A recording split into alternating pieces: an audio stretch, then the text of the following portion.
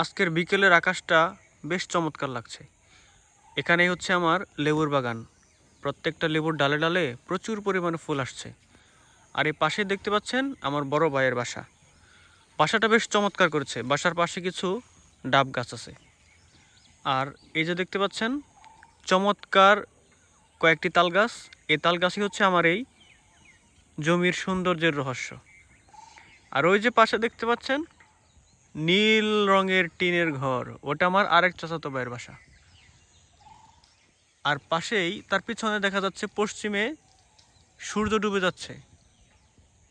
আর এই দেখেন এত সুন্দর প্রকৃতি, এত সুন্দর প্রাকৃতিক পরিবেশ, এটা যদি আমার বাড়ির আঙিনায় বা আমার বাসার চারপাশে না থাকে তাহলে কিন্তু মোটেও ভাল লাগে না, একদম মন টিকে না। অনেকে জানি প্রবাস থেকে ভিডিওটা দেখবেন, অনেকে এই মুহূর্তে দেখছেন। সবার প্রতি দোয়া রইল এবং সবাই আমার জন্য দোয়া করবেন।